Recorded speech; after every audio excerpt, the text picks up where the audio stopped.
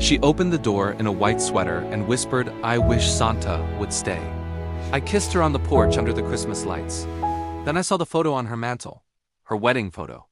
She was married, her husband was traveling for work.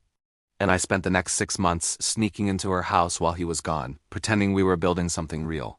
Welcome to Ryan's Revelations, where we bring you true stories of forbidden love, Christmas affairs, and betrayals that destroy everything. What you're about to hear is the confession of a 24-year-old electrician who fell in love with his 31-year-old neighbor during a Christmas charity event, a school teacher who seemed perfect. Except for one thing, she was married. This is a story about how an innocent kiss turned into a 6-month affair, how Christmas magic became Christmas guilt, and how loving someone's wife makes you the villain no matter how lonely she claims to be. If you're new here, subscribe and turn on notifications. We post true betrayal stories 3 times a week. And if this hits too close to home, drop a comment. This one gets messy, really messy. No happy endings here. Let's begin. My name is Alex Harper. I'm 24, living in Willow Creek, Minnesota. Small town where winters hit hard and everyone knows your name. I work as an electrician, fixing wiring in old farmhouses, climbing poles during blizzards. It's honest work, pays for my apartment above the hardware store. I've got a solid crew. Ben, Toby, Chris, and Matt. We've been friends since we were kids. Every Christmas we do something for the town. Last year, a giant snow fort with free cocoa. This year, Santa and his reindeer. Full costumes, door to door, handing out cookies and gifts to kids and seniors. I volunteered to be Santa. I'm the tallest, can grow out my beard a bit. Ben found an old red suit, stuffed it with pillows. The guys became reindeer with cardboard antlers and bells. We spent weeks preparing. My mom baked sugar cookies. We packed them with candy canes and handwritten cards. Mapped out the route through neighborhoods. Christmas Eve came. Snow falling lightly, streets like a postcard. We hit house after house. Kids screaming in delight, elderly folks tearing up over warm socks. It felt good, like we were doing something real. By dusk, we'd covered most of the route. The guys were sweaty, bells jingling slower, but spirits high. "One more stop, Santa," Ben said. "That blue house across from yours. The new teacher lady." My stomach flipped. Sophie Lame. I'd seen her around, 31, teaching elementary school. Blonde hair, warm smile, eyes that crinkled when she laughed. I'd helped her with some wiring back in September. Her porch light was flickering. I fixed it in 10 minutes, waived off payment. After that, we'd chat occasionally. She was easy to talk to. Smart, strong, 7 years older than me. I kept it friendly. What would a school teacher see in a guy like me anyway? The guys hung back as I approached her door. "You're on point, Santa," Toby whispered. "Make it good." I knocked. The door opened, and there she was. Wearing a soft, white sweater, holding hot chocolate, hair down. She looked surprised, then burst out laughing. "Oh my God, Alex, is that you under there?" The guys jumped in, prancing around like idiots, singing jingle bells. Sophie laughed, clapped along, even joined in for a verse. As the song wrapped up, the guys started backing away. But Sophie grabbed my sleeve. "Wait, Santa," she said softly. "Can you stay for a minute? I have something to ask." The guys winked at me and disappeared down the street, bells fading. Sophie pulled me inside, closing the door. I didn't want them to hear this. My heart pounded. Hear what? She set down her mug, looking nervous. "This might sound silly, but when you knocked, dressed as Santa, I made a wish. That he'd stay, just for a little while, that someone would keep me company tonight." I swallowed hard. "Sophie, I'm sorry, that's too forward. It's just the holidays are hard when you're alone." "You're alone on Christmas Eve?" She nodded, eyes glistening. "Yeah, it's complicated. That's when I should have asked questions. Should have wondered why a beautiful 31-year-old teacher was alone on Christmas, but I didn't. I can stay," I said, "for a bit." Her face lit up. We sat on her couch, talking for hours. She told me about teaching, about moving to Willow Creek for a fresh start. I told her about the electrician work, the guys, small town life. Around midnight, we were still talking. The fire crackling, snow falling outside. "Thank you for this," she said softly. "For not making me feel pathetic for asking you to stay." "You're not pathetic. You're amazing." She looked at me, something shifting in her eyes. "Alex, Then she leaned in and kissed me. Soft at first, tentative, then deeper. When we pulled apart, both breathing hard, she whispered, "I'm sorry." "I shouldn't have." "Don't apologize," I said. "I wanted that too." We kissed again, and everything else faded away. That's when I saw it, over her shoulder, on the mantel. A framed wedding photo. Sophie in a white dress, standing next to a tall man in a suit. Both smiling. Recent photo, maybe a year old? My stomach dropped. I pulled back. "Sophie," I said slowly. "Who's that?" She turned, saw what I was looking at. Her face went pale. "That's David," she whispered. "My husband." The words hit like ice water. "You're married?" "Yes. But it's not what you think." I stood up, backing away. "You're married. You just kissed me and you're married." Tears filled her eyes.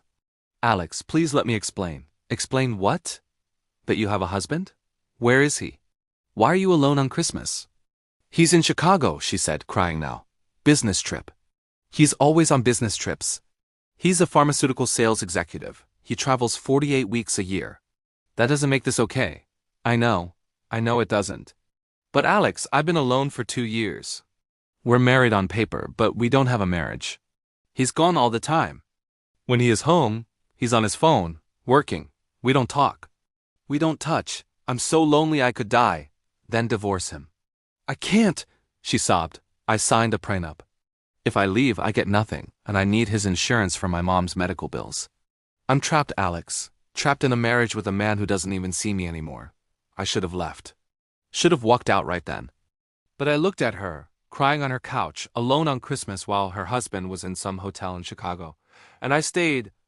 "How long has he been gone?" I asked, sitting back down. 3 weeks. He won't be back until New Year's." "Does he know you're unhappy?" "He doesn't care. I told him I was lonely. He said I should get a hobby." "A hobby, Alex?" "Like I'm some 1950s housewife who needs to take up knitting." "I'm sorry. I shouldn't have kissed you. That was wrong. But when you showed up as Santa, making me laugh for the first time in months, I just ... I wanted to feel something real."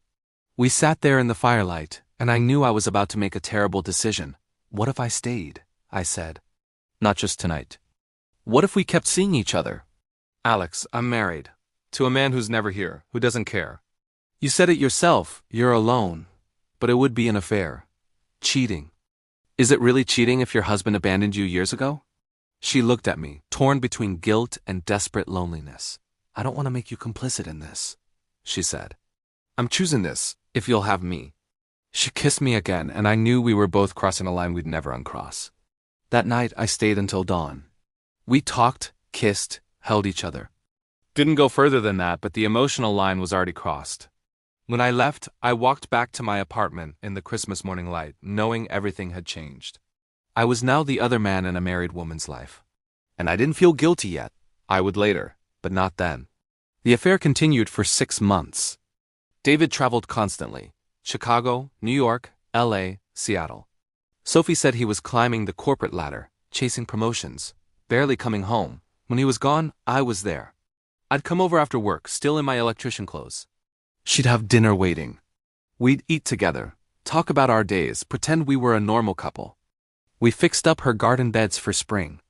I helped her grade papers. She taught me about classic literature. I taught her about electrical wiring. The guys noticed something was different. "You're seeing someone," Ben said at poker one night. "Who is it?" "Just a friend," I lied. "The teacher?" Matt asked. "Sophie?" I tried to play it cool. "We hang out sometimes.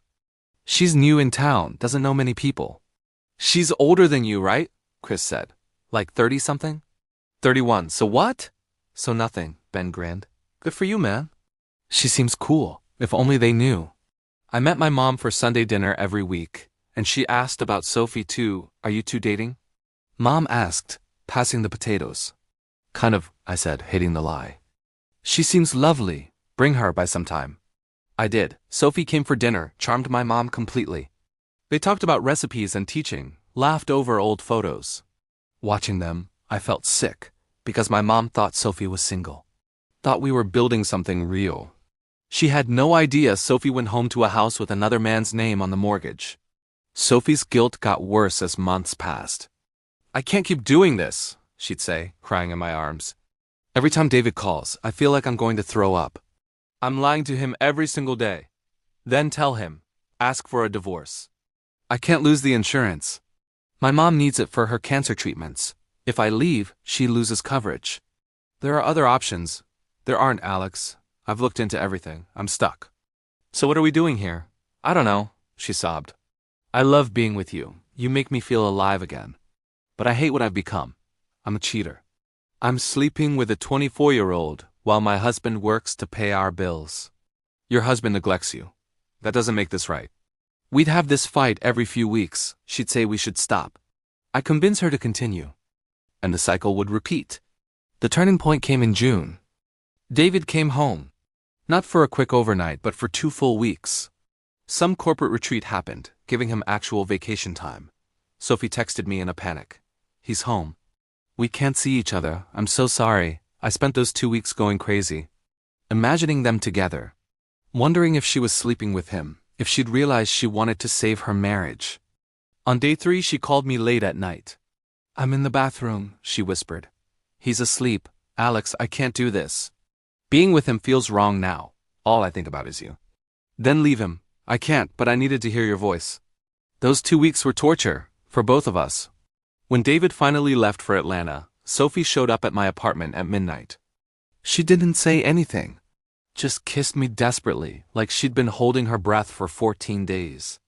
We crossed the final physical line that night. Afterward, lying in my bed, she cried. I just committed adultery in every sense of the word, she said. I'm a terrible person. No, you're not. Yes, I am. David's not perfect, but he doesn't deserve this. He works hard, provides everything. And I'm betraying him with you. Does he make you happy? No, but that doesn't justify what I'm doing. Then end your marriage. Be with me properly. I can't, Alex. We've been through this. So we're just going to keep sneaking around forever? I don't know what else to do. But we both knew this couldn't last. It all exploded in September, almost exactly 1 year after we met. David came home early from a trip, surprise visit. Wanted to work from home for a week. I was at Sophie's house. In their bedroom, at 3 p.m. on a Wednesday, we heard his car in the driveway. Oh my God, Sophie whispered, terror in her eyes. He's not supposed to be here until Friday. What do? Closet, now. I grabbed my clothes and dove into their walk-in closet, heart pounding. Through the slats, I watched David walk into his own bedroom. He was tall, well-dressed, exactly what you'd expect from a successful pharmaceutical exec. Mid-30s, confident. Sophie? He called. You home? In here, she answered, her voice shaking. He walked in, smiling. Surprise, conference got canceled. Figured I'd work from home this week, spend some time with my wife. He moved to hug her. She stiffened. You okay? He asked. You seem tense, just surprised. Wasn't expecting you. Is that a problem? His tone shifted slightly. I'm your husband, Sophie. I live here. I know. I have plans this week. Cancel them. I barely see you anymore. Let's actually spend time together. I stood in that closet, sweating, listening to them talk. And I felt like the worst person alive. This man had just driven home to surprise his wife. And his wife's lover was hiding in his closet. David started unpacking his bag. Any second, he'd open this closet, but Sophie stopped him. David, we need to talk. About what? About us, about this marriage. He froze. What about it? When's the last time we actually talked? Not about bills or schedules, but really talked? I talk to you every time I call. You call once a week for 10 minutes. And we discuss logistics. That's not a marriage. I'm working, Sophie. I'm building a career so we can have a good life. What life? Her voice cracked. You're never here. I'm alone 50 weeks a year. We're roommates who happen to share a last name. That's not fair. I provide everything you need, except companionship. Except love. Except actually being present. David was quiet. Then, is there someone else? My blood turned to ice. What? You heard me. Is there another man? Silence. Heavy, suffocating silence. Yes, Sophie whispered. I heard David's sharp intake of breath. Who? It doesn't matter who, Sophie. The electrician, Alex, from across the street. The kid? The 24-year-old electrician? He's not a kid. How long since Christmas? 9 months. David's voice was cold. You've been cheating on me for 9 months? You're never here, David. I was dying of loneliness. So you fucked the neighbor? Don't talk about him like that. Is he here right now? David asked suddenly. Is he in this house? My heart stopped. No, Sophie started. But David was already moving toward the closet. He threw open the door, and there I was, fully clothed, but obviously hiding. We stared at each other, me 24, electrician's clothes, guilty as hell.